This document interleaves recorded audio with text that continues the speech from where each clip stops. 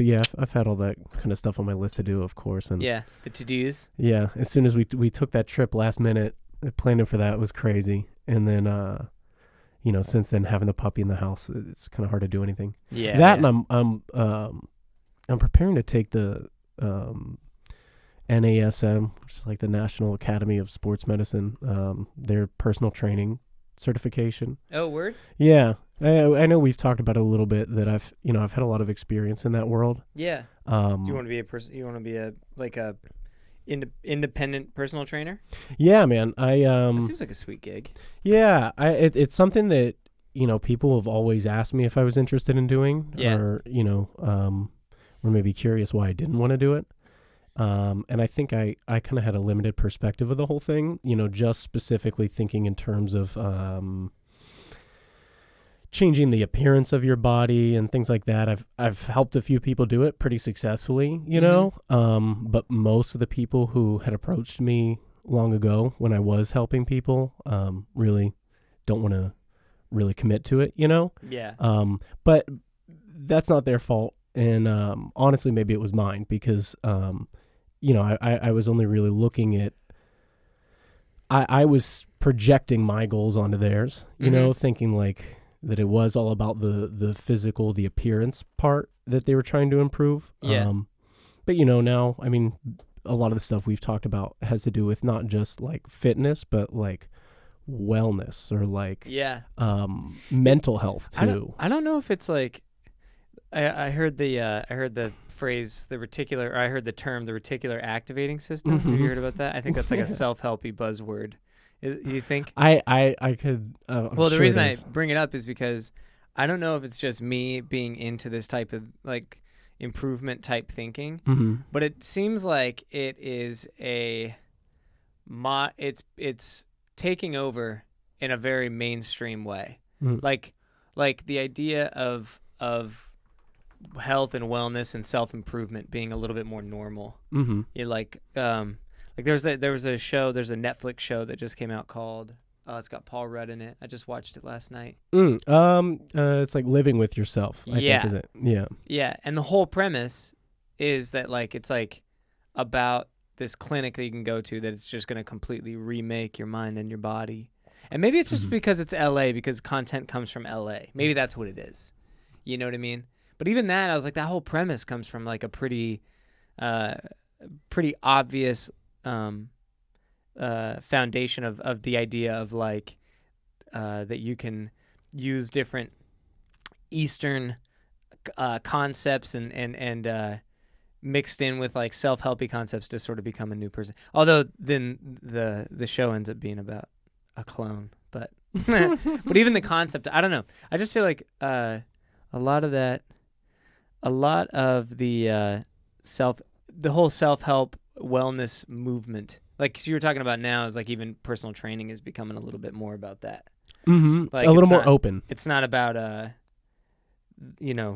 just the douchey side of looking better. Right. It's like actually being better. I don't know. I just think it's interesting. I don't know if it is becoming the whole concept of improvement is becoming more popular, or if that's just because I'm like obsessed with that world. No, but I feel like I'm seeing it everywhere. Yeah, I agree. I definitely agree. In a more mainstream maybe I don't know if this makes your point, but I've noticed a lot of people on Instagram that I follow, just from college or growing up or whatever, seem to really be getting outside a lot. And I think that like an unusual amount, I feel. I spend a ton of time outdoors and doing that kind of stuff. And I've been happy to see, it seems like, a lot of other people are too. That whatever that was made my voice a little bit flat. A little bit. I dimmed it a little bit. We're reading hot. Okay, I can turn your... Cool. No. Oh, yeah, there you go. Perfect. Yeah, there's differences. There's how you hear it and then how they hear it. Yeah. Oh, no, I'll let you handle it. Yeah. I don't know why I'm correcting you. Excuse me, Noel. If you could twist different buttons, please. If you could find other buttons to turn. But, yeah, man, I definitely think you're right. And that change has happened even within myself. Like, it used to be like an aesthetic thing, purely. Yeah. And I was willing to sacrifice whatever to reach that goal, And I maybe expected others to as well. But I see, that's a little bit foolish. Where? How's your trip though, man? Incredible. Did you guys end up going? I thought you were gonna go to this, like an oasis in the Grand Canyon. Yeah. And is that where you went? Yeah. See, I told that to Betsy. I was like, "Hey, they went to this place in the Grand Canyon," and she was like, "No, it's like Havasu." That's what she said. Is that where you guys went? No, there's Lake Havasu, which is close to Havasu Falls, which I think Havasu Falls are in Havasupai, which is the place we went. I might even be getting it mixed up. Whoa. Right. Lake Havasu's like a different. Lake Havasu's a lake. Yeah. And then they have a pretty cool Yeah. falls. They have a waterfall. I don't know. I've never been to Lake but that's Havasu. not where you went. You went to the Grand Canyon. I went. I was in the Grand Canyon. Yeah. So the pictures of where. Yeah, for What's it called? sure. Havasupai. So HAVU, or HAVA. Sorry. Havasupai. SUP. Have some soup. Have some soupai. Hey, let's have some soup. Oh, I think we pulled up these images on the last one. Yeah. That's why I knew what it was. Yeah. Oh, and that waterfall there is like definitely deceiving. I mean, we knew people who went here and they didn't bring up the fact that so you camp in the campground, which is about a mile long. The end of the campground is just before you reach this waterfall. But the thing is that this waterfall is probably like 70 feet in height around there. And the only way you can go hiking through the rest of Havasupai is by climbing down the side of this waterfall. And that involved like a pretty treacherous climb. I took some pictures on my phone so you can really get the perspective of like you're climbing straight up or straight down. Damn. And there's little tiny footholds. And all that's in there to really help, it's all soaking wet too from the mist of the waterfall. Jeez. And the only thing to hold on to, yeah, the only thing to hold on to is like, they've hammered some pegs into it and like tied chains into like little knots and stuff for you to kind of hold on to. Whoa. And people will just like leave gloves around to give you some extra grip. But that's like the first thing on your hike is climbing down this crazy thing that you're eventually going to have to come back up, With all your gear and everything? No. Well, I mean, so some gear, but the rest of the stuff is back at the campground. Oh, I see. Just to get 5 to the minutes falls. away. But just to start because it goes like 6 miles beyond. Like there's a whole hike you can do past the campground, which is what everyone goes there to do. Yeah. And the very first thing you do is climb down this crazy thing to get down there and actually begin the hike. Yeah. But yeah, man, that is, I have been to countless stunningly beautiful places, all across America, especially the West. And this by far was the most unique and stunning. I mean, the water really looks like that. Like really? None of the pictures are edited. It's turquoise blue. Huh. It's fresh water, right? Yeah. It runs through the whole campground too. So like where we camped, that's crazy. Was like this got is out in the Grand Canyon. Yeah, right. That's amazing. So most of the the Grand Canyon, if you think of it as like a giant fissure or like a canyon, it has the Colorado River flowing through most of it. But then there's all these like fingers that kind of branch off of it. Yeah. And this is one of those. Gotcha. So it's one of these branches that comes off. And I mean, whatever is in the composition of the soil or whatever minerals are there is what makes the water that color. That's wild. It was incredible. And yeah. I mean, were there a bunch of people out there? Yeah. So I didn't expect that. I mean, we knew nothing about it before going, which is unusual. I mean, I usually plan everything out, but I kind of let her do it. Oh, okay. Yeah. And so, we were just laughing at like, she plans one and it was crazy. I mean, we brought way too much stuff. We had way too much weight. Oh yeah. We had probably both had like maybe 20 more pounds of weight than we should have. And this was all like gear that was brand new that we hadn't used, like backpacks and stuff. Right. And like hers didn't fit. It was way too big for her. So we were struggling. I mean, we were in like a lot of pain from the beginning. Damn. Trying to carry this stuff. And it's 13 miles to get there of walking. So you park your car and then you go 13 miles? Yeah. That's kind of sketchy for your car, isn't it? I mean, you park your car, everyone else is doing the same thing. Yeah. And it's only one road to get there through an Indian reservation. So you're really far removed from anything, you know.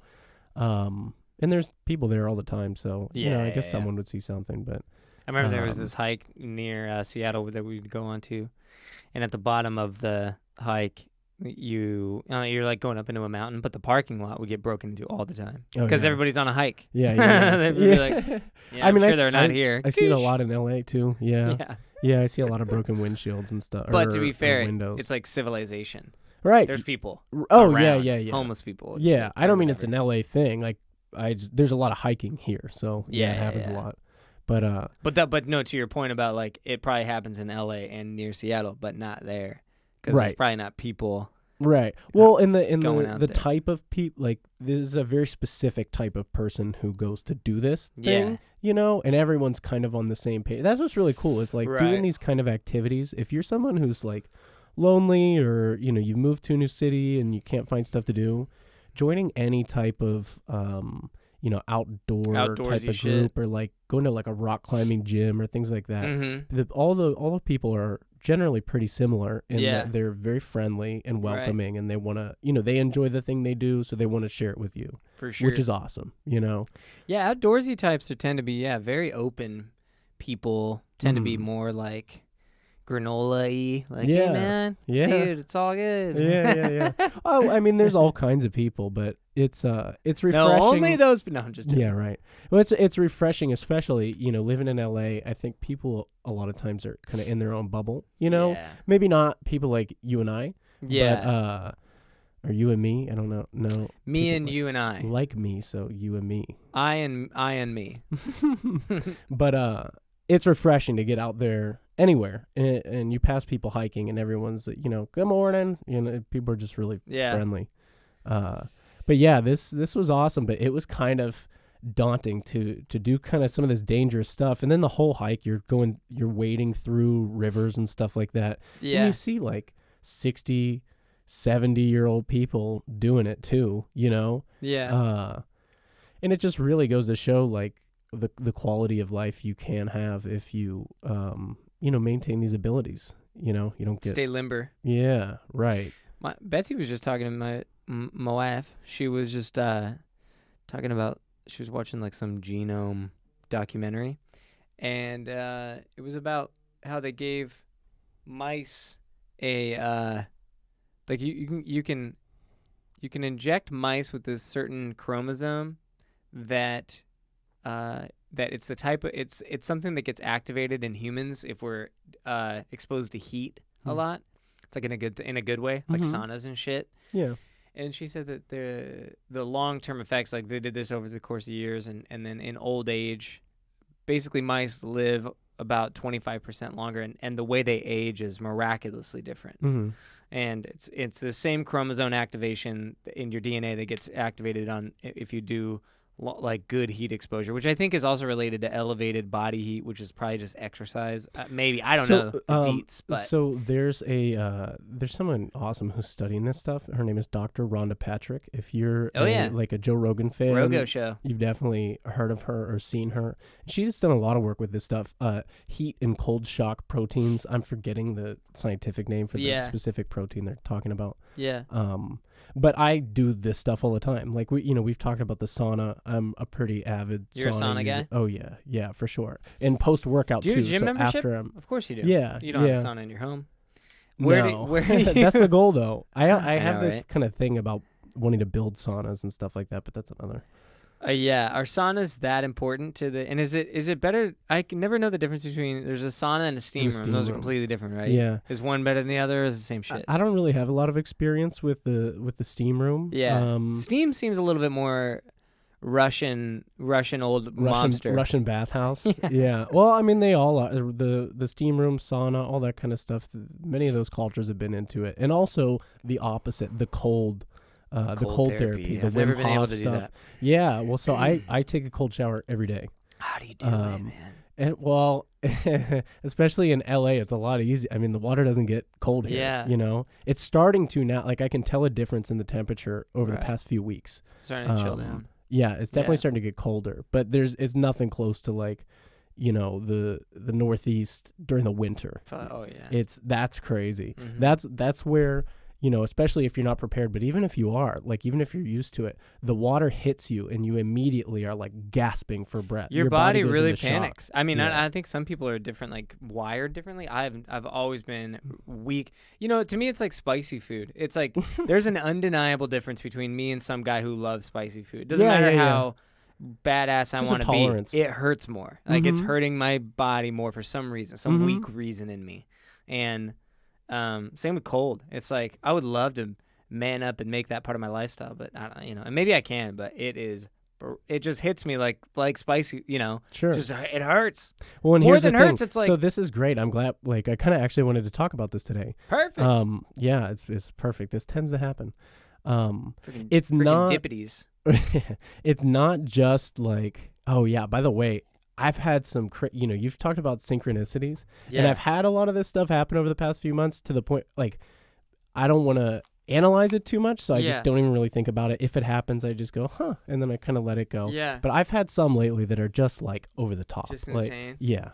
But anyway, back to the cold stuff. Yeah. So you talk about like just manning up and doing it, Yeah. and that's really not what it's about. You Okay. also talk about feeling weaker and feeling like it impacts you more significantly. I mean, I just know growing up with my little brothers, both of them love jumping in like rivers and shit, and I was always like, ooh. Yeah, And they're like, yeah. it's not cold. I'm like, it is. So it's like, there's Uh-huh. definitely something happening here. Sure. You don't think it's cold, Right. and it's a fact that it is. Well, and this is just like kind of a lot of the things we talk about where like, okay, so if here's a scale and they're like here on the scale and Yeah. you're here on the Spectrum. scale, you have this much more space to improve upon. Right. And that it's going to be beneficial to you more than it would be if they were to do the I same know. exact Yeah, I thing. got what you're saying. Yeah. So even more reason to do it. Huh?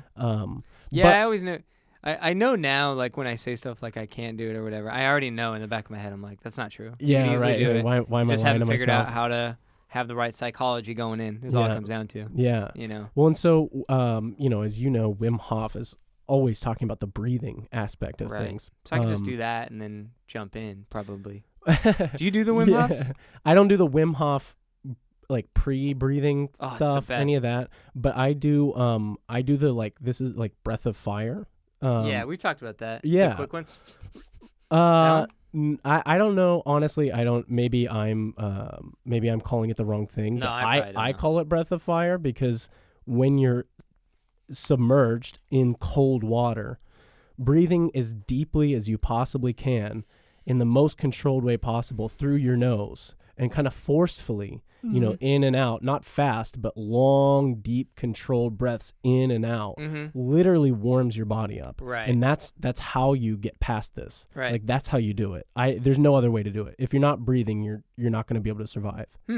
And this is what I kind of wanted to talk about today is a little bit, it's kind of following up on what we talked about last time, which if I remember right, at the very end of our last conversation, we talked about wanting to make a change in your life, but not, it being kind of so daunting. You don't really know where to start and you don't, everything feels kind of wrong at first.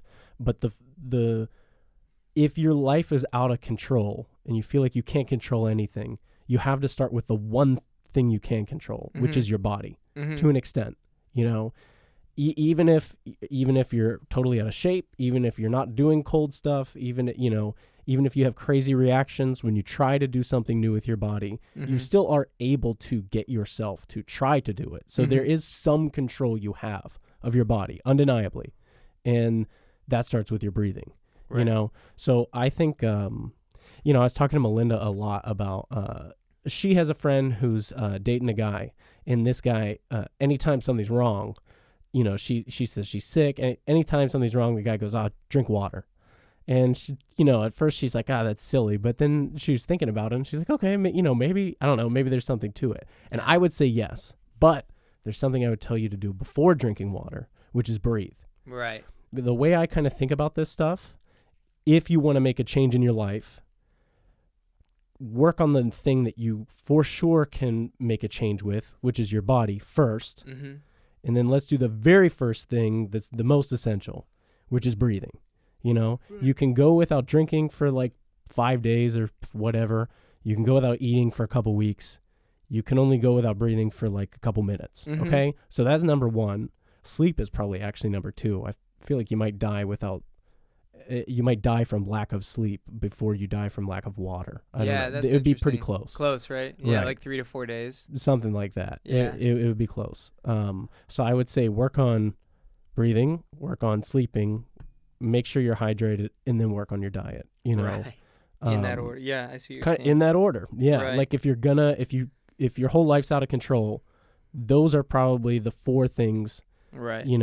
Especially breathing. Like everybody can breathe. You're doing it. So let's do it in like a more measured and analytical way. I've been telling people who are sincerely looking for like a meditative practice is like this is what helps me, because everybody has a tough time with the idea of meditating, and I think breathing in the same way kind of gets lumped into the same category with people. I do like YouTube guided stuff and do that, because it's way easier to get yourself to do something when you're listening to somebody tell you. It's like workout videos. Like it's a P90X. hypnosis too. It's way better, dude. If you hear somebody say, "Here's what you do," and now go do it. I don't know why it's hard to just do that on your own if you've never done it before. Yeah. It's not actually hard to do. It's just hard to make yourself do it. But if you just if you just say guided breathing on YouTube and hit play and you got headphones in your ears, it's happening. Like you're gonna do it. It's something kind of making you do it without you even thinking hard about it. Yeah. I think it's a weird little trick that it helps me a lot with a lot of this stuff, because a lot of it just, you need that little motivation to even start. You know what I mean? Well, I think it's really hard to start something completely alone with no knowledge or background. Or knowing why you're doing it. Like, what's it going to do for you? Yeah. Like, well, and the guy that you're turning on in your ear, what did he do? He probably didn't just start all this on his own and get to the point on his own where he started making videos on his own. Like, he probably started with other people or the same way or whatever. So, why would you start any differently? Yep. Why would you hold yourself to that standard? Like, I should just be able to do this now. Yeah, you know exactly. what I mean? But yeah, I agree 100%. Sometimes it just takes finding these things that will kind of force yourself to get there a couple times, even just a couple times. Because then maybe sometimes you do it a couple times, and then if you don't do it, you feel like it's missing, and then that's what starts doing it, making you do it on your own.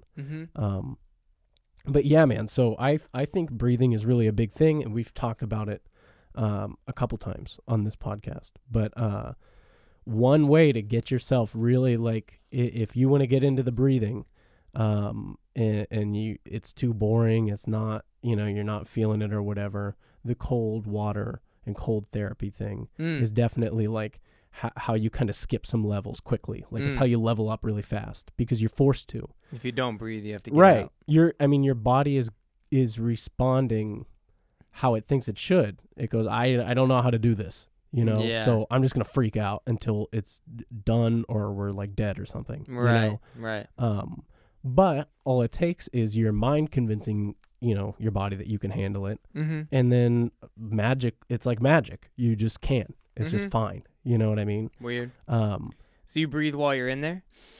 Oh, yeah. And then it just helps? Yeah. I mean, the Wim Hof thing is crazy. I mean, if you do a Wim Hof round, if you do 3 of them, like we talked about in the last podcast, but if you do it, I think it's really fun in this world of woo-woo. I think it's really fun when you find something that physiologically you can actually feel something. Yeah. That's one reason why I like Wim Hof, is you will feel in your body crazy sensations.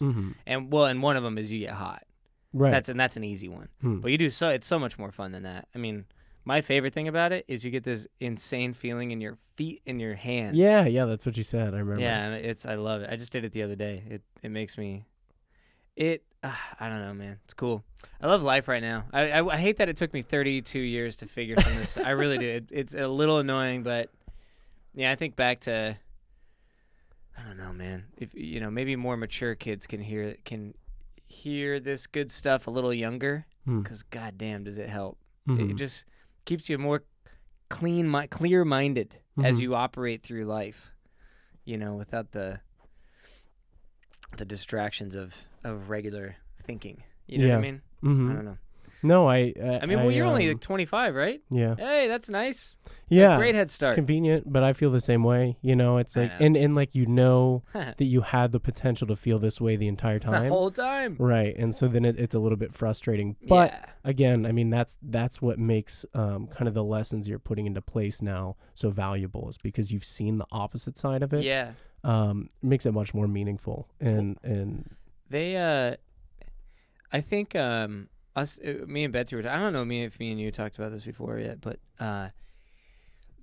the hardest part too is like hearing, especially meditation, was hearing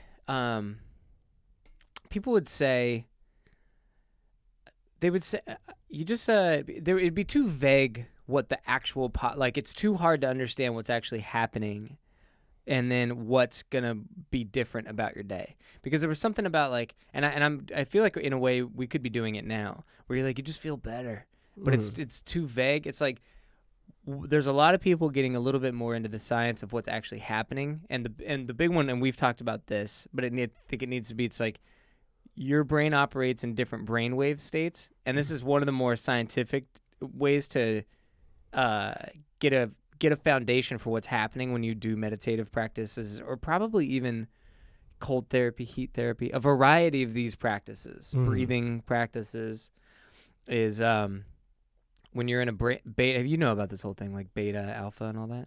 Yeah, we already talked about. Yeah. Yeah. Okay. Never mind then. No. It's all good. I see where you're going with it. But it's like, get something so that you can get a handle on, like, when you feel different after, what is it about you that feels different, and what's that going to do for you for the whole rest of the day? Right. Like, do you not? So this is what I had to like. What happens is you respond differently to everything that's happening around you your whole day, the entire rest of the day, in an unpredictably infinite way, meaning you have no real range of understanding to know how ripple differently effect, yeah. exactly on every single moment throughout the entire rest of the day. And when you compound that over the course of a day, week, months, with very quickly, your entire life has begun to spiral in a positive way in a new direction. And exponentially. Exponential. Yeah. And you really can't even mathematically even quantify necessarily the actual degree that you've snapped into a completely different reality by changing how you're reacting to, or not reacting. Maybe you could even use that phrase. Not even really reacting anymore. You're more, you're less bouncing off things coming at you in life. You're more like, you're more focused on, I don't know, whatever. I describe it as instead of the world constantly happening to you, you can happen to the world. Right. You know? And so what's like a real moment? Like, let's say let's keep it like simple, like you're late for work.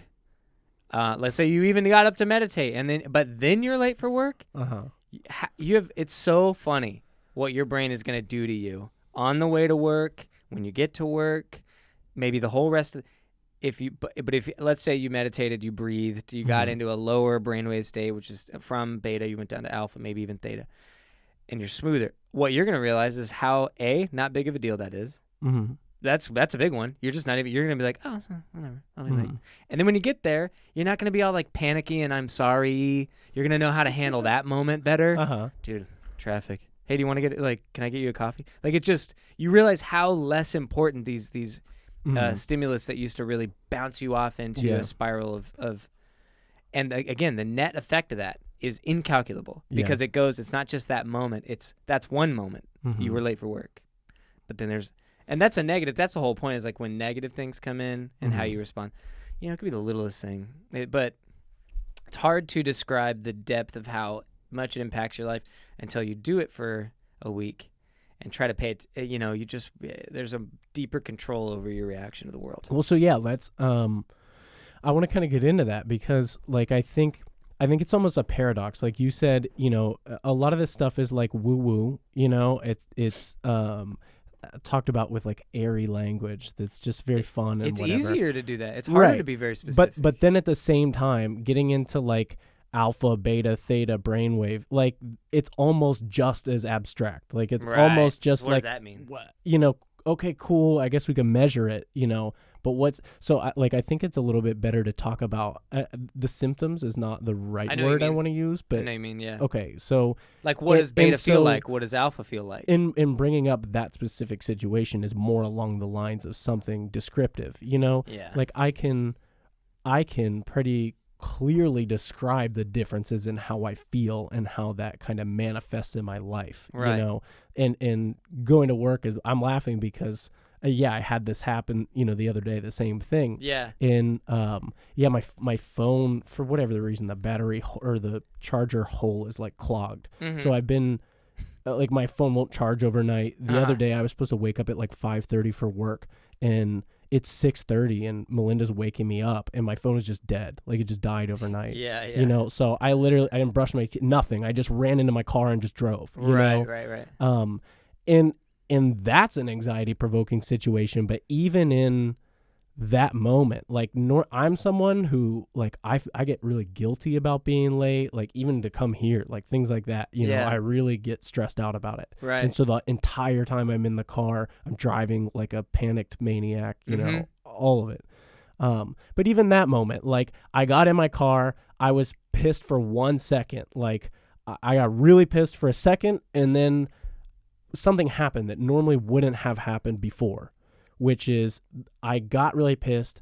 I screamed maybe like a couple of obscenities in my car. Yeah. And then damn it. The second it stopped, I laughed, and I'm like, what am I doing? Like, that was so, like, I haven't yelled by myself in my car in like months. Like, what is that? Mm-hmm. I mean, so dramatic. Like, I'm just in the car and, like, this is just what it is, And then my drive there was fine. And I showed up and it was totally fine. Everyone was like, oh, yeah, no, I get it. Because it's always fine. Right. Most of life is always fine. Well, even if they were upset, like. Still fine. Right. And hey, dude, if you lost your job, still fine. Yeah, right. That's what I'm saying is, like, even those little, like, fear spirals where you project this insane future where somehow you're late for work and now your mom's gonna die. Like, you don't even somehow you got there, or it's at least the feeling of it is that equivalent. Yeah. The intensity of it is insane, but the truth is something that started to happen in my brain is I realized, like, oh, I'm believing this is what I like is there. I've been believing lies. Like, I've been creating potential negative future scenarios that are complete fabrications, believing them and storing them in my emotional system and reacting to them as though they were true, and they're completely a lie. The truth is, you're fine. Everything's fine. So anything beyond reacting to, like, if somebody said, you're fine, and then but you reacted like, oh, then you're believing a lie. And I think that there's a stupidity to that. And I'd like to think that I'm not too dumb. So then I'm like, a part of me is like, self-talk. It's like, well, you're not an idiot. Like, do you really think that it's going to go this, and this? Like, or are you that stupid to believe something so absurd, and easy. I'm not judging. This is my own self-talk about my, I am saying there is a dumbness to that. There's a lack of intellectual clarity, a pure reason. I mean, this is an unreasonable, you know what I mean? Yeah. Unreasonable system of thoughts to spiral down, to actually spend any time imagining that this could happen. So, well, and so bizarre. I think this kind of, we all do it, to be fair, Oh yeah, absolutely. Well, and I think this relates back to kind of how we started the conversation, talking about your body, talking about the things you can control and that type of thing. I think there are many things that you can do in order to lower that overall kind of threshold or potential for stress. Right.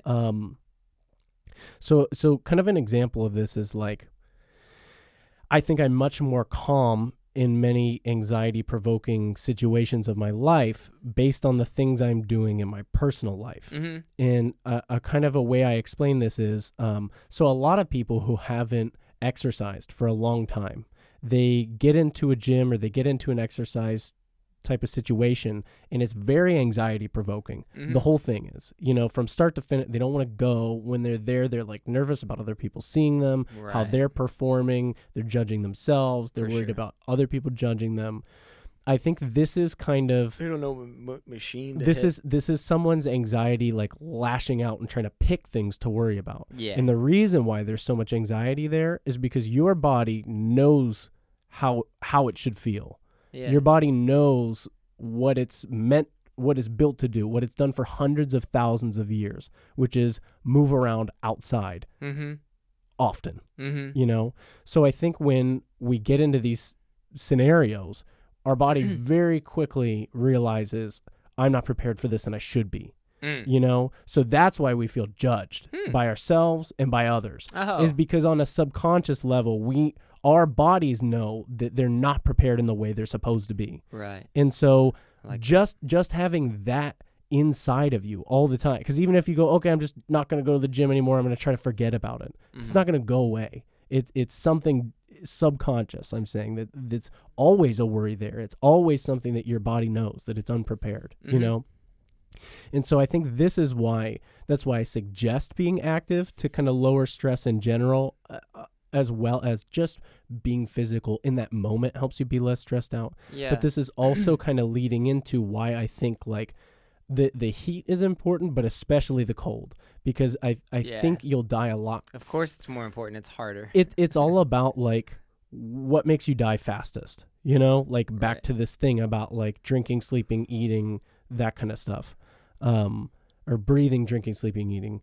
You know, we kind of went in the chronology of it, like how long would it take this to kill you or whatever. Well, so I think cold would come first. And so what I like to do is I like to pick the thing that is maybe the most severe, you know, and by playing with that thing and getting comfortable in those moments, experiencing that thing, you're drastically decreasing the amount of stress that your body's holding on to all the time. Yeah. This worry about like, will I be okay? In general, I think everyone on some level is worried about, will I be okay? Yeah. I mean, we're not thinking physically, whatever. It's just in general, will I be okay? So by going and doing very specific things that are specifically dangerous to your body, but you do them in a controlled way, so it's not really dangerous. Yeah. You're able to build confidence,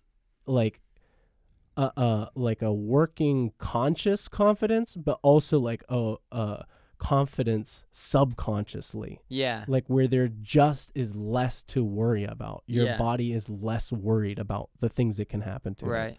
And so that's why I try to like get to like the root. Like let's find the most root thing and attack that first and then build on top of it.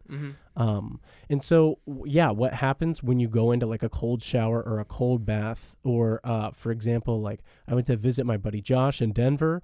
I landed on the plane. He picked me up, and we just went for a hike immediately. And we hiked to like a glacial lake that thaws out in the summer, but it's still. I mean, that is ice water, literal ice water. It's ice water. Yeah. And I had actually done this hike before, and I thought like, wow, it would be cool to go swimming in there. You know, this was before I knew about Wim Hof or any of that. Right. We went this time. He's into that kind of stuff. So we went swimming, like we did it. And instead of, I didn't go swimming. I calmly got into the water up to my chest, and I just sat there. Right. And I did the deep breathing. And like the second you get in there, your body is going into an absolute panic, you know? Yeah. You've created like, you can build all this stress in your life, and, you know, something goes wrong at work, and that like, you know, flips the switch and you start having a panic attack, you know, and you feel like it's out of place. I went and specifically created a panic attack for myself, right. So that I could practice by using my own faculties to get myself out of that panic attack. With the idea being that if I can do this in a physical life-threatening moment, then I'll be fine doing whatever else. I can conquer whatever it is without much worry. I want to keep finishing. I want to say that we all, there's this thing that we're all always doing kind of in life, where you do have these moments of clarity in life. It could be a vacation. It's there. We don't realize how often we do gain perspective, and then we completely lower or raise, however you want to put it, the threshold response to stress by gaining a perspective on how unimportant some of these stressors are. It's the getting wound up in the day-to-day that tends to make them. But anyways, here's like something that seems pretty out of the ordinary, maybe like, whoa, but it's like, dude, you're doing the. We have these experiences all the time in life where we gain enough perspective for our subconscious mind to be like, oh yeah, none of that stuff's that big a deal. And this is like you're doing it on purpose by causing stress in your body. Because like when you leave that, and you're going to finish, when you leave this experience, something deep inside of you has a way more chill view on any potential stressor immediately, just because you've brought your body to a real extreme instead of a fake extreme in your head. Exactly. Yeah. So well, and right, you've conquered something that will kill you 10,000 times faster than public speaking would. Exactly, you know? exactly. So then if I got to go public speak, Yeah. it's fine. I Like mean, I'm good. Dude, with stand up, like my mood preset is important. Like it's become like it's part of my profession, if you want to put it that way. If I'm going to be funny on stage, the max that I feel like I can be the best, I've had to over the years get a better system at making sure there is a psychological sort of like set. I don't know. Actually, I've never thought about actually articulating, but there's like a framework that I need to be seeing the world through before I go up to be the best I could, to have the best type of set I could have. And it involves a certain set of beliefs and thoughts that are something like, and it's a kind of a system, and I need to be in that zone focus-wise. A system of thoughts that are kind of something like, this is really fun. It's like a thought like that. Okay, cool. This is a fun thing. How fun is this? I get to be silly. None of this matters that much. Like I'm just being silly on stage, and they're there to laugh, and kind of contextualizing the entire thing with taking a lot of the importance out of it, and realizing that what an exciting, fun thing that you get to just go be naturally something you're kind of good at, and to get to be up there doing it, and you make all these people laugh, and you like laughing, and you figured out how to make other people feel laughter. Fun. The framework of that's what's happening. That's not what you actually feel and believe when you're about to get up on a set. If you're not in the right psychology, all you're thinking is, "Fuck! If I do terrible, this is gonna be like your entire body is panicking, like you're jumping in the water, because you've completely poorly contextualized what's happening. You're believing an entire system of reality within this context that is completely, for the most part, untrue. Right. It's not that big a deal. Bombing isn't that big a deal. Like if nobody laughs and you're having a good time, it's crazy how much it's like it's fine. Again, it's fine. But if you think it's not fine and it's such a big deal for a variety of reasons, just because you fear other people's opinions, or you're in LA and you think it's important to do good here because of you know what I mean, because of industry. There's a myriad of ways that you can you could go forever. Right. Yeah. Just like being late. What does this all mean? It's all this intense meaning to this potential negative circumstance.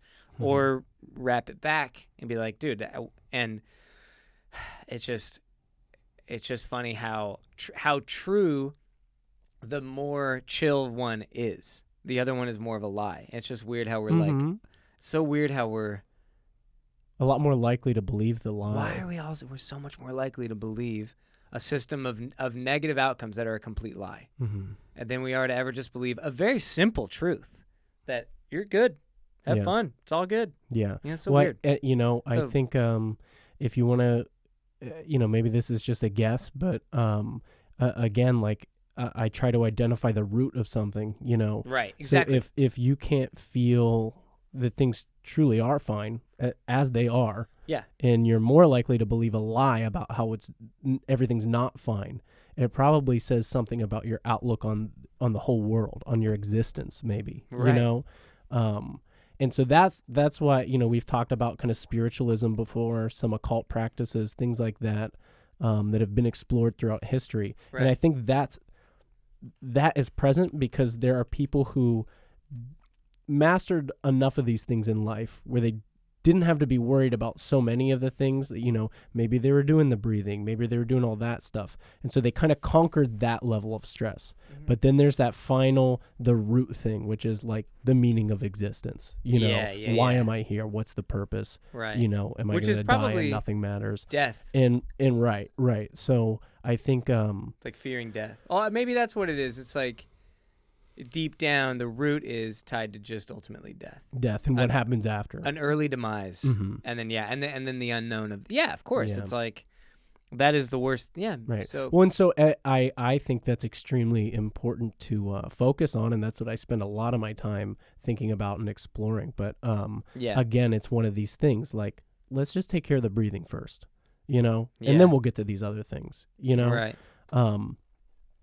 But maybe that's reversed. Because I'm saying the breathing is the root, so let's do that first. But then maybe the spiritualism stuff, maybe go in reverse. Yeah, maybe take care of the surface level stuff first, and work your way down. I do think that it is my experience. I just think, and I don't know, we're talking about all this stuff. I do talk about a lot of this in real life too, mm-hmm. and I do hope like there's value to this pod once you start releasing it because.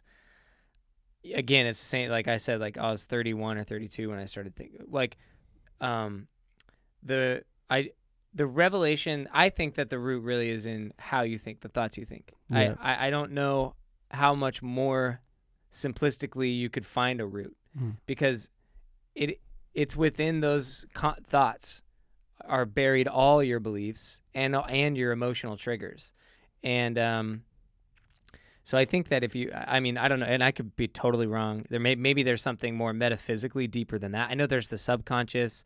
I know that there's environment. I know there's a lot of unseen forces contributing to a thought. Mm-hmm. That's fine. That's just inherent in when I say it's your thoughts. But I do think it's an analysis of your own thoughts. It's what's best. Mm-hmm. Not an analysis of what's happening at all in life. Pull away from anything that's actually happening. And go deep into your mind and listen and journal and find all the negative, find things that make you feel bad and think of the thought you thought, and then kind of work that out. I mean, I did an exercise once through a little tape program. I don't even know where it was, but it was great. It was just when I'm always listening to YouTube stuff. It was like, do a simple T on a paper. And on one side, do negative emotions. You can phrase that however you want. Disempowering emotions. All emotions are useful at some point. Even negative ones. Absolutely. But in terms of the ones that make you feel like shit that you're feeling all the time that are ultimately disempowering because they're too prevalent on this side. Write the ones that the 5 shitty emotions you feel most commonly throughout a week. It doesn't have to be too complicated. What do you feel? So, for me, it was at a time, it was a sense of insecurity was a big one. Overwhelm was this weird feeling I would have a lot. Like I just can't get a grip on what's happening in my world. Yeah. I just can't fucking, get a good strong feeling like I have any control over reality right now. Mm-hmm.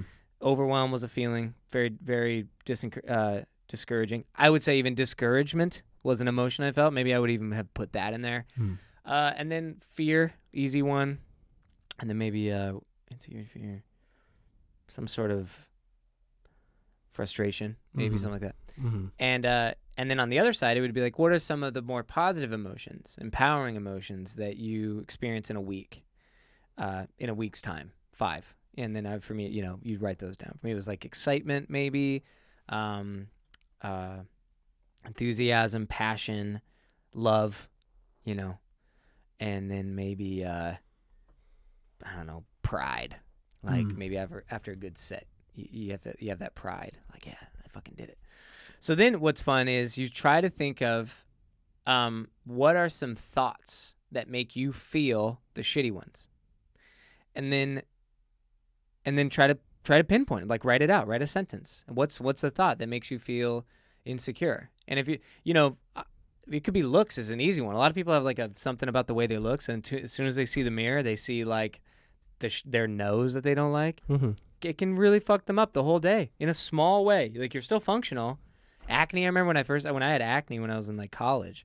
Oh, dude, I could not handle the mirror. It would ruin my day. And So cool. So think of that, like, fucking ugly or something like that. Like try to really listen. Like, what do you really think when you feel that? Because a thought ran through your head. Ugh, could be that. Ugh. Yeah. You know what I mean? Yeah. And that no, I triggered know. an entire emotion. Cool. Get that out. And what's fun is, and this is the surgery, is what's happening is you're listening to a thought that has been implanted into you at some point from the outside, and it's bullshit. It's most of the time it's utter bullshit. And what you do is you surgically replace it. You start to install a transplant. You start to write. And I had one that was I was starting to worry that I was getting like a little older in comedy. Like I started when I was 27. And by the time I was 30, I was like, ugh, I'm 30. I'm like too old to be. And that would always bother me. It would make me feel discouraged, a little frustrated, insecure. So then I wrote an opposite. I said, I'm still young and in the prime of my life. That's a true statement. So it's like you got to give yourself some sort of truth to it. I wouldn't say it would be like I'm getting older. Like I'm if I don't make it fast, I'm gonna fucking age out and never be able to make it in comedy. And so that thought, I was like, okay, there you are. Cool. You ruin days for me sometimes. So here's a new one. You're young and you're in the prime of your life. And you look like 26, honestly, if I wanted to pull that card. But even if you didn't, if you looked older, you'd be like, you're 30, you're fine. You're like, that's young, you're fine. You have plenty of time. And then it's just, here's where meditation and breathing and stuff as a practice, what it does, getting back to here's how it really fucking affects your day, is when you have a meditative practice in the morning, something, breathing, you could prescribe a myriad of them, right? It gives, then as you go throughout your day, when that thought, talk about moments of when you would react, let's say a thought of that insecure thought that normally wins and kicks you right into a spiral of negative, insecure, self-defeating. Okay, cool. You can see that thought a lot more crystal clear than you ever could have if you didn't have a meditative practice that gave you a clarity on your own. It just does that. I don't know the science behind that, but your mindfulness, right? The mindful practice gives you the ability to hear thoughts that you don't even want to think anymore, because you need to be paying attention to those to be able to catch them and say the new thought in your head, the one that makes you feel good. And I don't know. I think a lot of change comes from, and I've been talking a lot on your podcast. Sorry today. No, please. I think a lot of the change comes from, like for me, it came from that process of listening, adopting a meditative practice that gave me a clarity throughout the day to be able to hear thoughts louder. They're literally louder. They're like more vivid. Whereas before they felt like they weren't even thoughts. They just felt like. It's the thing I said about in my car. Right. Yeah. Right. Same thing. Yeah, exactly. You caught yourself. Yeah. That, man. That ability to see what is happening in your mind. They call it mindfulness. That's okay, there you go. There's a word for it. What's it doing? You sitting there and being actively thinking about your mind and breathing for 10 minutes in the morning will give you the ability to hear your own thoughts the entire rest of the day for how they actually are. And it'll give you this removed perspective. Because if you said half the shit you think in your head out loud, all the self-defeating stuff, everybody in your life would be like, what are you talking about? You're an idiot. It's like, I love you, but that's a stupid thought. So you start to do that for yourself, and now you can hear that shitty thing that would, and that's only one thought, man. You got like fucking 10,000 of those. But let's just get the few that's why you find those emotions and then find a thought. Because now you have 5 thoughts you get to deal with every day. Like, look for it. You'd be like, you sneaky bitch. And then immediately you come in with the new thought, the one that's just as true, but this one's going to work for you. It's going to empower you. It's going to give you a better life. There's no other way to put it. It's going to give you a better emotional state. Better emotional states give you better, you're more equipped to handle the world in a way that's going to give you a life you want. And that should, we talk about me and you going through a process of changing along the same timeline. That was a huge piece of it.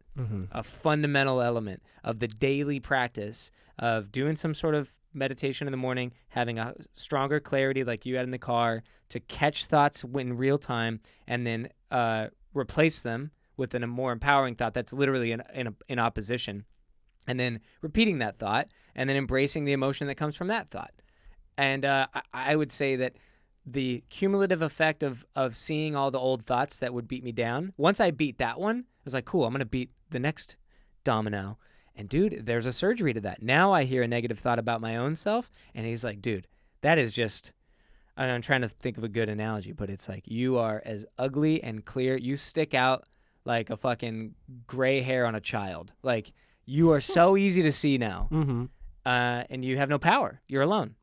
When your brain's full of all negative thoughts, it's just you just feel, your whole life sucks. Yeah. Well, so and you that keep talks a lot. No. Please. Yeah. I want to hear it. I mean, you talk a lot about like it, almost like the magic of seeing a thing or hearing it louder than before. But in reality, I think what is causing that, or at least something along the lines that helps influence hearing that, is that by meditating, the reason I meditate primarily, number one, is training my focused awareness, right? Which is something we talked about, several. No, podcasts but I think about ago. that's a really good insight. I think about that a lot. It's not that I'm unaware.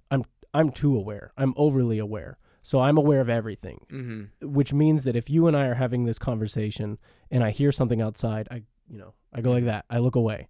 It's because I'm aware of everything. It's unfocused awareness. It's just being aware of everything. Yeah.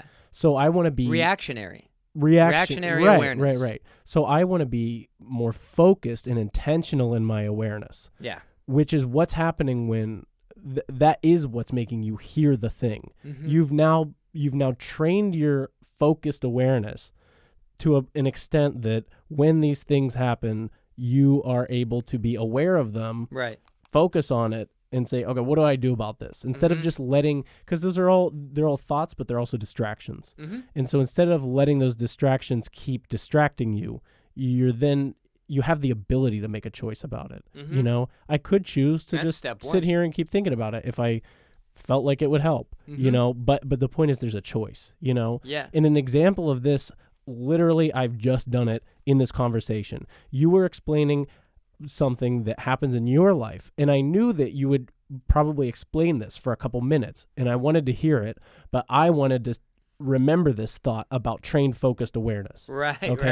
But you also wanted to listen. But I also want to listen. So just something super easy that I do is, I don't know if you can see it on the camera, but there's sometimes when we're having a conversation and I want to remember something, but I don't want to be sitting here distracted by wanting to remember something. So what I do is I very quickly, because I've practiced this a lot, is I'll imagine whatever that thought I have being pinched in between my fingers, okay? And I'll pinch that thought in between my fingers, and then just sit there like this. And then I'll hold my fingers like this. I'm not thinking about it anymore, and I get to just listen to you.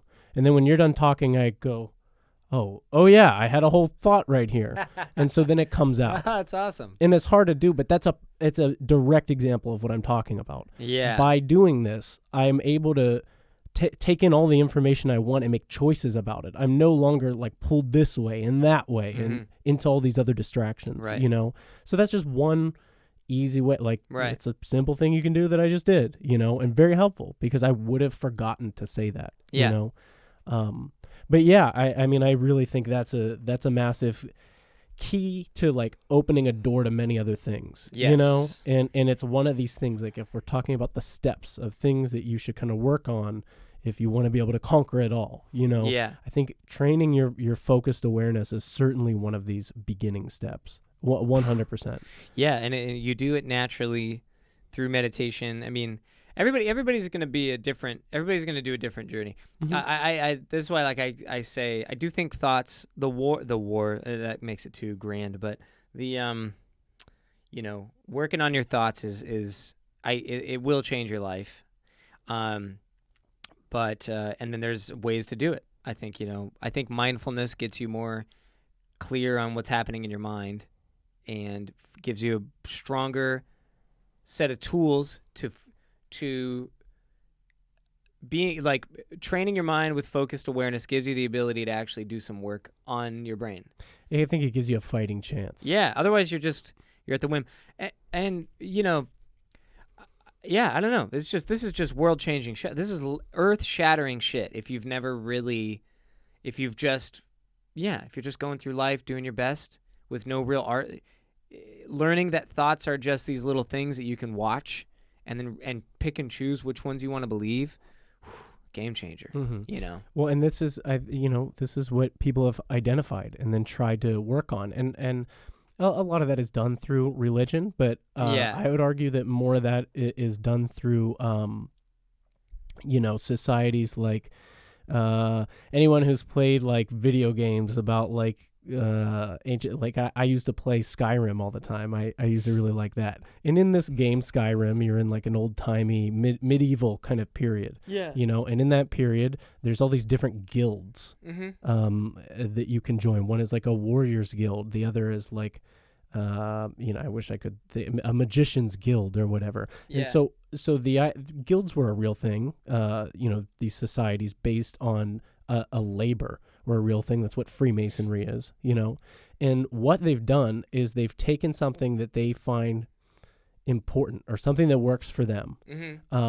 And instead of treating it as a labor that that you do Monday through Friday and then you just want time off or whatever, these are labors of love. Yeah. And because they're labors of love, they have analyzed every portion of the labor, from like for a mason, from the sticking the pole in the ground to see the shadow, to discern north, south, east, west, all the way to cutting the first stones, laying the first block, the way the stones are laid in the all these things carry a symbolic meaning that they've just, by analyzing their own work and this labor of love, they've been able to say, well, this is kind of like this in my life, like cutting us an image that's used a lot in masonry is seeing a crude, rough stone, Right. and then on the other side seeing a perfected stone. And so it's just an example of ways in which they took a practice from their work and made it into a metaphor for their life, like so that they could go back to this metaphor and think more clearly and not have to deal with a distraction and kind of have a formula for how to maybe deal with certain situations in life. Right. And that's why these societies were so useful to the people in them. Yeah.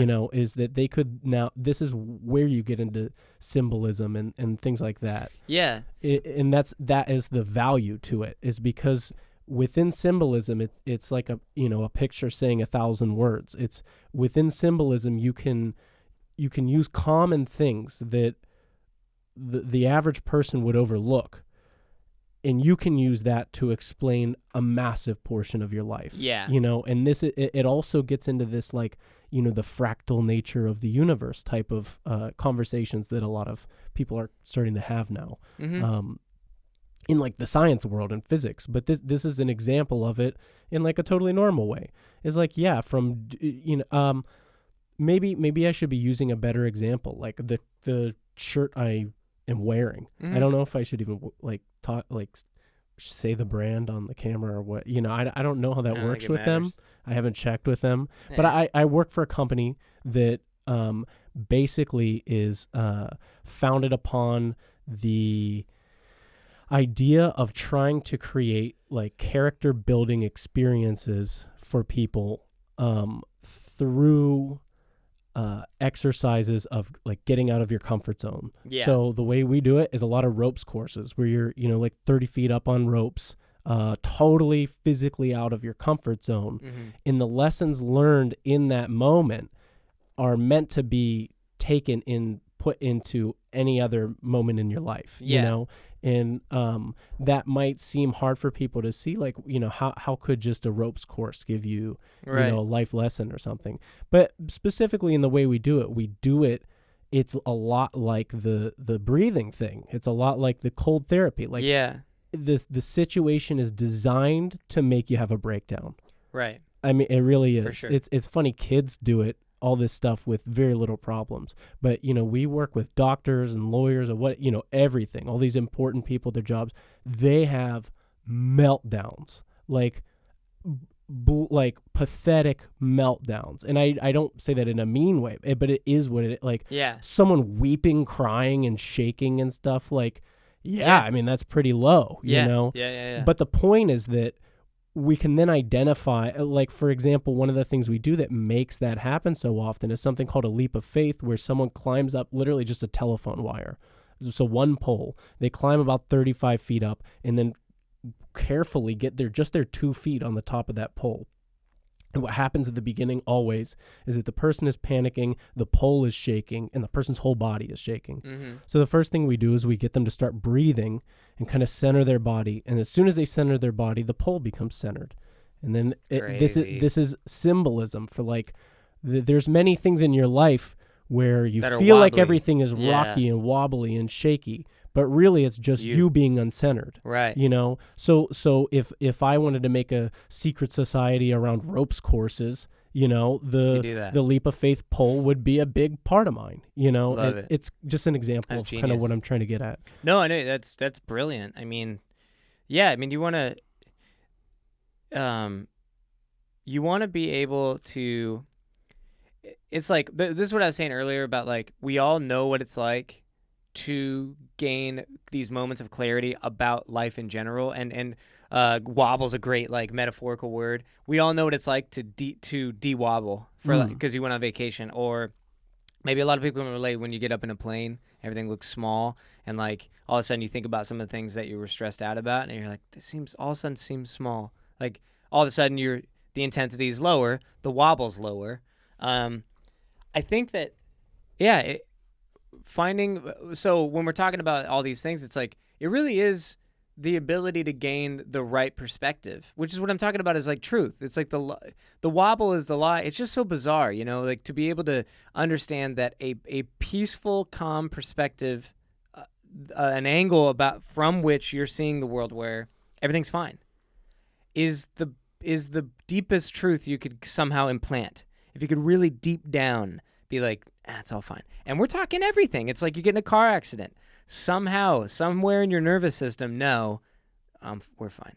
And I think that we kind of said this, is like, maybe if you can, and I don't think I've even really done this much, but I think maybe a way to de-wobble yourself from the top down, like from the largest to the smallest, would be to tackle death in your mind. Mm-hmm. You know, if you could work on coming to peace in a deep, deep subconscious way with death, then you could, in theory, deduce from there no wobble on anything else. Because then what else? Because it is true that you're almost always fine, and everything that is making you feel shaky is actually not a big deal, and it's a lie you're believing. But then what if at the heart of all that is the fear of, you know, some sort of traumatic injury, some sort of disease, and then any of those things happening to a loved one, and then ultimately relating to death or demise. So then maybe it's hard to argue that those aren't important. You know what I mean? Maybe if you're connecting any fear deeply down to those, it's hard to argue that that's a lie. Mm-hmm. So then you'd have to kind of create a system of thought where you're fine if you die. Yeah, well, and it's also fine if your brother dies. Yeah, stuff like that. Yeah. If you can get that handled, yeah, then technically you can actually believe at any moment, without exception, that you're fine.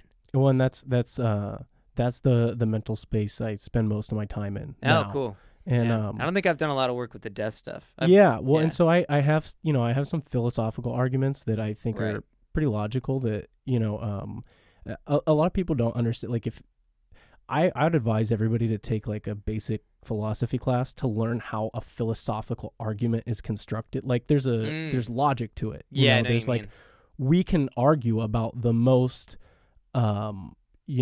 intangible, out there ideas, as long as we're following kind of like logic, as long as we know how to construct an argument, you know? Mm-hmm. And so that's what I mean when I'm saying a philosophical argument. But kind of to start it off, like I think we've talked about this before. Having the success would not mean the same if you didn't know the failure, and we can put that to different levels. Like, having felt the failure, having failed, makes a success much higher. But even to a small degree, just knowing you could fail makes a success more than if you're only succeeding all the time, it means nothing. The value of anything in life has to have contrast. 100%. Without ends of a spectrum, it's impossible to apply value to literally anything. There has to be the shadow. There has to be there has to be adversity. Otherwise, everything's meaningless. Yes. And then you have no preference, and so this is matters. I just challenge people to kind of try to have an open mind about this. I don't know that this is the best argument, and I don't know, I'm going to do my best explaining it. But I believe personally that this is the way in which God functions, and that if you can imagine, let me maybe set it up first. So if you have two, if you're someone who appreciates dance and ballet, don't even have to. You can just be anyone. If you've ever been to one of these shows, you've seen people do impressive things, that make an impact on you. Okay, so let's just imagine there are two ballerinas. Okay, one is a human like you and me, and the other is a perfect, ex machina cyborg person. Okay, and they're both perfect. Okay, and you're gonna watch both of them perform. So you watch the robot go first. The robot performs, does a beautiful dance because it's a robot and it's perfect. It nails every single step with perfection. And even though it's a robot, you're watching this being done and you're saying, wow, this is a beautiful thing to see. This is aesthetically beautiful. And I know that it is technically perfect. Okay? So then that concludes, and then you watch a human ballerina do the same exact thing. The same dance, step for step, in the same perfection. I would argue that the human who has performed this perfection is more perfect than the robot who performed the perfection. And I say that because the human who has done this perfection has a quality to the perfection that the robot is lacking. And that's adversity. Even without having seen what this person has been through, that this person has worked through years and years. They've worked through the physiological parts of what it takes to be a dancer. You understand that there's some level of sacrifice that this person has experienced, failure, adversity, and so on. Okay, that makes this person pulling off perfection more perfect than something that is born perfect. Right. So I think you have a kind of a solid understanding of like Christian ideas.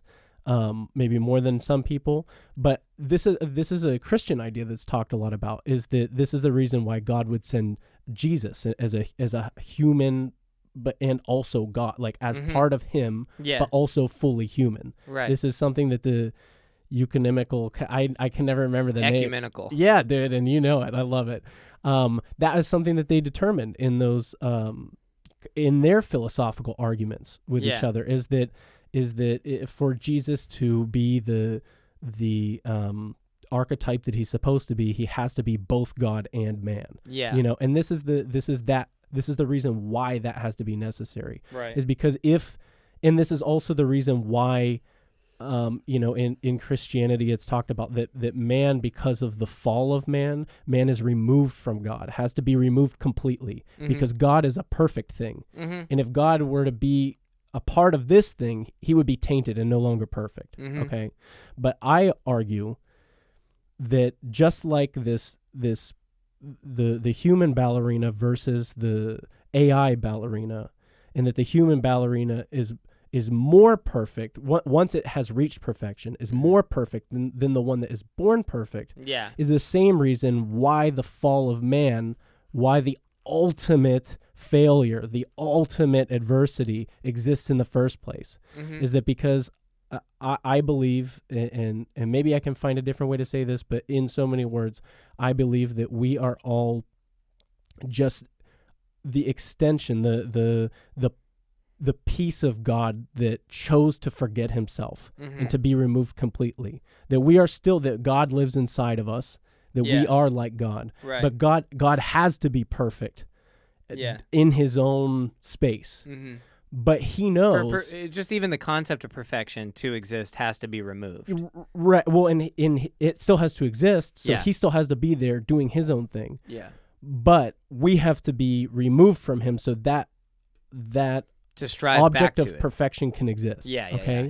And while that exists, he knows that there is a higher perfection than his perfection. He knows this thing about what I'm saying, that to be born perfect is not as perfect as someone who has achieved perfection through adversity. Right. There's more perfection there. It's been through more. You know, it's more valuable. Right. It's a precious gem that's been formed through pressure rather than just built in a lab or whatever.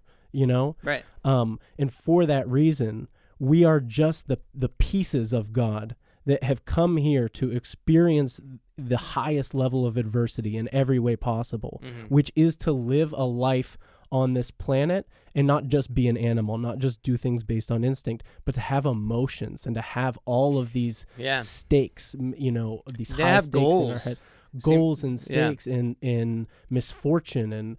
And so by experiencing the hardest, most horrible thing that you can as a human, you have completed an aspect of what your God-like nature has come here to do, which is to suffer. And to the ultimate suffering, because you can suffer knowing like, oh, I'm just a part of God at the end of all this, so I'm just going to be reabsorbed back into the whole, you know, that's not as perfect suffering as it would be to completely forget, to make the choice to come here with no knowledge of who you are, right, and to go through all of the worst adversity in the world and to one day return to who you are. Right. And so that's why I believe we're here, is to suffer. Right. In that is not a bad thing, that's a blessing, in that it's the most important work that there is. Is it that? But is that the call to? Is that the call to meaning? Is to through suffering?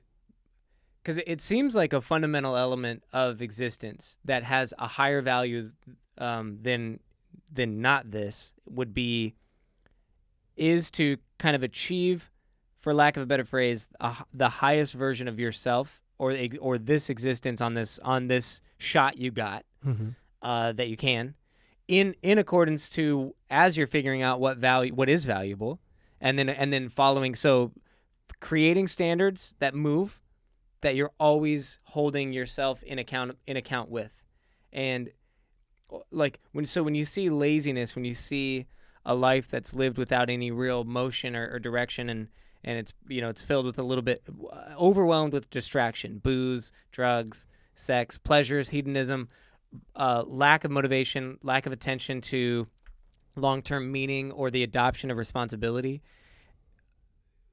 It's like too focused on not suffering. And so it's not adopting any pain for what can, for some reason, fundamentally, it seems it's just more valuable to adopt long-term responsibility that creates value in accordance to how much you gave up towards the achievement of some ideal.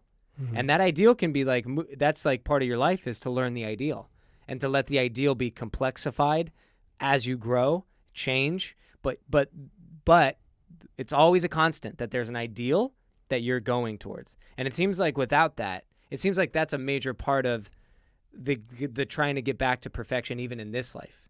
Meaning, like, it's like if the idea is that the ballerina ended up being perfect, it's like that's the striving. That meaning it's not just to suffer. It's that you're suffering, while the suffering, in my opinion, my estimation, is that you have an ideal that you're working towards, and you're failing at, and then learning, failing at, learning, failing at, learning, and going throughout and then you die. As you get closer and closer to, as much as you can, to an ideal that you've created, or, you know, and then again, complexifying that as you get older. It's a moving target, but it's still an ideal, and you've never stopped trying to get closer and closer and closer. And the ideal isn't just a version of you, it's how you interact with other people. You know, the reason I say it is because when you look at people living in pure pleasure, the absence of responsibility, the absence of the striving towards any real ideal, there is something fundamentally wasteful about that. Even if you don't want to judge it, you can be like, yeah, but that's a less valuable. You've done less, 100%. You've impacted your own reality and the reality of the people around you in a less positive long-term way. And ironically, and I'm putting this together just with your concept, seems to be a life that seems to be focused on pleasure, not pain. The absence of suffering. It's like, no, I don't like to suffer. I like to drink. I like to sleep in. I don't want to be married. I don't want to have kids. I don't want to have a job. I don't want to have things that hold me to a standard that I must grow into. I don't have things that cause me adversity so that I can reach a perfection in this little thing, and then a perfection over here, and then a perfection over here towards a greater ideal. I'm just vibing off your... Well, and this, what you said is true, but I think I think there's a couple ways to look at this. Yeah. And the way that we often look at it is like, well, it is just a waste. I'm wasting stuff. It's too far gone. Like I've wasted too much time. I might as well just commit to this or whatever. Mm-hmm. But to go back to that argument with the ballerina or whatever, I described a way in which she would be more perfect than the robot version who was doing the same exact thing. Yeah. Through this struggle. But and the aesthetic beauty that comes with that's part of why it's more perfect, is it has a higher beauty than the other alternative. Yeah. I would just argue self-evident. that the only thing that could make that beauty grow even more is if you knew that the ballerina had a drug problem and had a terrible life and was wasting all her time and had a shit life, and then because that is a greater amount of adversity to start from. Yeah. Is to get through that as well as just being a human and the adversity that. And I didn't mean to imply that if you have ever had seasons, even prolonged seasons. Oh yeah. Of and I have. Narcissistic hedonism. It's like that. No. That's a very human thing. But why is it?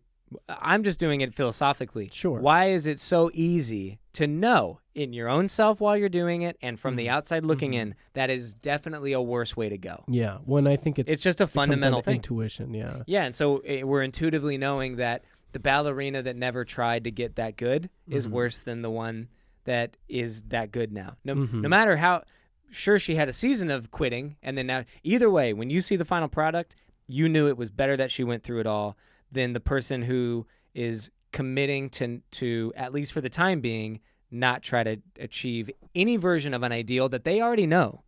That's what's beautiful about human beings. Everybody knows they already, even if it's not what it'll end up being, they have one right. They have an ideal right now. Yeah, and they're not living up to it. And we all are that way. And I think a lot of people, because they've become committed to that, like you said, they spend a lot of their time convincing themselves that they're not capable. Yes, exactly. And it's a nice cop-out. Exactly. Yeah, it is spending all your time coming up with reasons why you can't do it. Yep. Meanwhile, I think absolutely everyone has...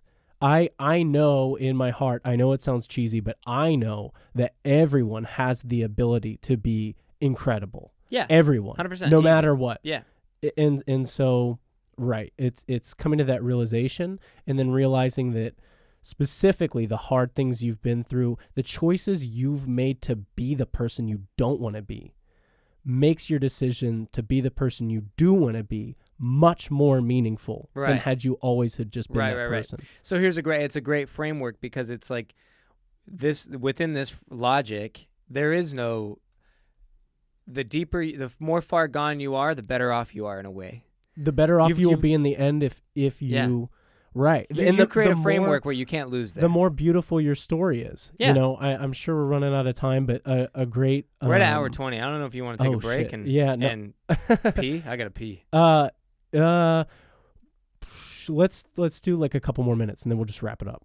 I only meant to do an hour, but the conversation I love it with you always goes way too fast. Yeah, it's fun. And I think I'm getting the name of this right. To communicate really what I'm saying is, I think this story of the prodigal son. This is the one where there are two brothers, great. and the It's one a great story. This, I would argue that every single one of us is the prodigal 100%. Son, and we're born to be. Yeah. Is that okay? So go ahead. I could quickly, for someone who wouldn't know.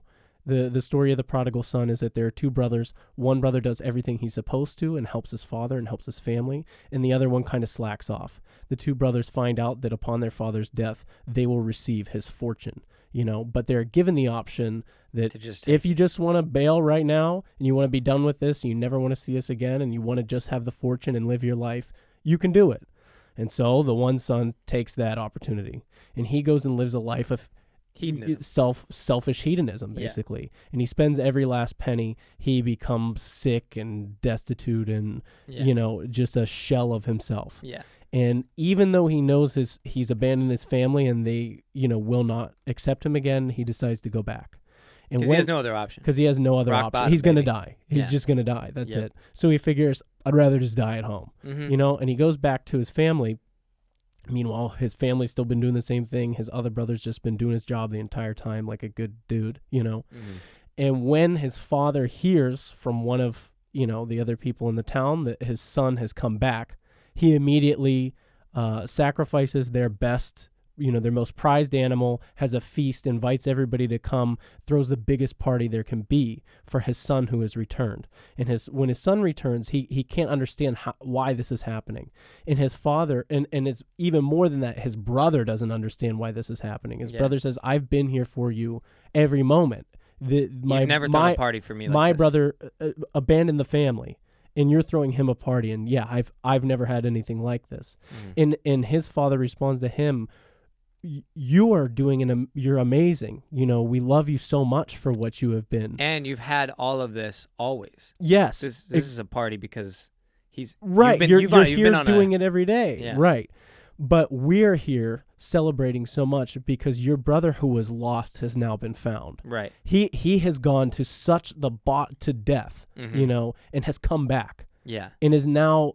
it can see the value of everything. Right. And that means so much more right. than if you're just doing the same thing all the time. Yeah. And not having the failure and what. So I would argue that is all There's of that. us. And that's how life. So what's cool about that story, which is a parable, which is a mythological symbolic representation, is that the truth within that is, and this is a beautiful truth. There is a beautiful, merciful truth to that.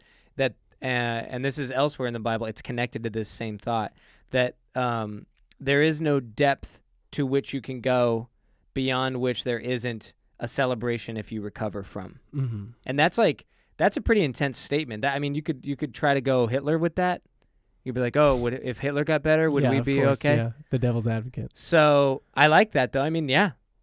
Maybe, I don't know, or some things. Maybe here's the deal. Maybe no human being on the planet would forgive him, but I'll bet that's not true. I'll bet there'd be at least one person that would be like, you're the worst ever, but now you're better. And maybe it's even a cosmic justice. I don't. If it were true repentance for what if the person were to truly feel the severity of the thing they did, which I don't know that a human, has the capacity to go to that extreme and then truly repent. Then feel the extreme opposite. Yeah. Yeah. And that could be the case. So it's hard to make that argument, but yeah, technically for the normal person in this world that I have painted, where we're all just here as pieces of one whole to suffer together and rise above it and achieve this aesthetic perfection and beauty because of that suffering. Yeah.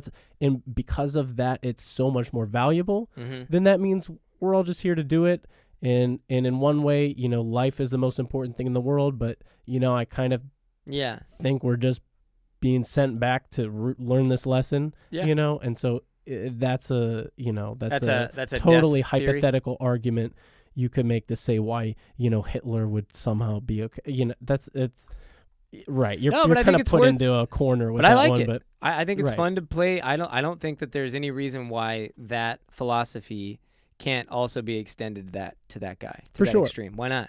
If we're doing extremes, you kind of got it. That's an extreme. Maybe for there's, sure. So it probably takes definitely a lot more analysis to find out how that would actually happen. Mm-hmm. But and that it's a useful conversation. Well, no, so but focusing on other stuff, you're probably going to get more out of it. yeah, exactly. Yeah. There's not necessarily that need, but I don't know. I like it. I feel it's you. the skeptic, because there's at least one. 100%. Well, that's what I do too. Yeah, and So, but on a more relatable level, the tragic story, the rags to riches, is much more interesting than just riches. Mm-hmm. So that's all that story's kind of telling you, is that as low as you come from, it's always going to be even that much more meaningful when you make any positive step forward. Yeah.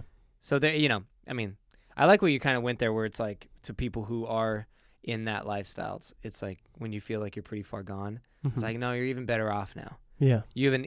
First of all, this is a fun thing. The concept of like the novice theory, how quickly you grow when you know nothing. Mm-hmm. And so it's like the rock bottom thing is a beautiful metaphor, because once you hit it, how quickly you rebound in the first year or two of coming from a place that you thought you were unredeemable. Yeah. It's actually beautifully different. It couldn't be more the opposite. It's why it feels so great right now. Yeah, and you're going to explode into a new life if you decide to turn that corner. Yeah. You're never too far gone. It's a fact. And the further gone you think, because you're like, oh, I'm really far gone. It's like, well, that's the point. Like, even better. Yeah. You're going to explode. Yes. You're going to rubber band even further and harder back the other way. Yeah. And I could say that from experience. From a pretty Yeah. shitty child upbringing, childhood thing. I saw some of the things that I'm experiencing in life. A lot of the people that had a more static life, I'm accomplishing a few more extraordinary things. It doesn't make me better. It just means my pendulum was swung further. Mm-hmm. So my whip is further. Yeah. I'm whipping farther to the other side. It's just a natural phenomenon. Right. So. And you can use all that to benefit your own life, and then you can also use it to benefit the lives of others. Hell too. yeah. Yeah, and that's why some of the most motivating types, let's just say the last century, are, if you listen to where they came from, brutal upbringings. Oprah, like beaten and raped, and abject poverty. Tony Robbins, a lot of the most motivating people on the planet are in terms of they elevated their life and now they're giving that to other people because they were all the way swung deep. So the further you go, whoosh, the harder you're gonna whip to the other side when you switch that thing. When you switch that switch. Yeah, it's absolutely. True. Prodigal son, baby. That's right. That's a great parable. Cool. Yeah, man. We can wrap it up. All right, I got pee. Yeah.